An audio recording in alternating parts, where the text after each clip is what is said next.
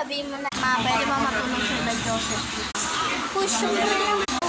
Sir Joseph, yung saksay. Ngayon, yagan ako ni Mama.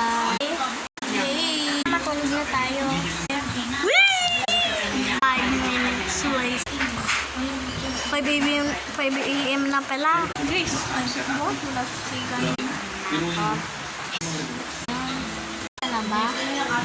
Ako hindi pa. Alam mo, sabi ng 1 a.m. na daw tayo. Ang ini, mabili pa ako matulog. Eh, bawal na. a.m. na oh. Baliw, 5 p.m. na. Kasi ginigising na kita kanina. Ayaw mo pa gumising. Sabi mo ako pa. Pre, ikaw naman talaga. Tara na. 5 more minutes later. Kasi nakauwi na. Ako? Sana?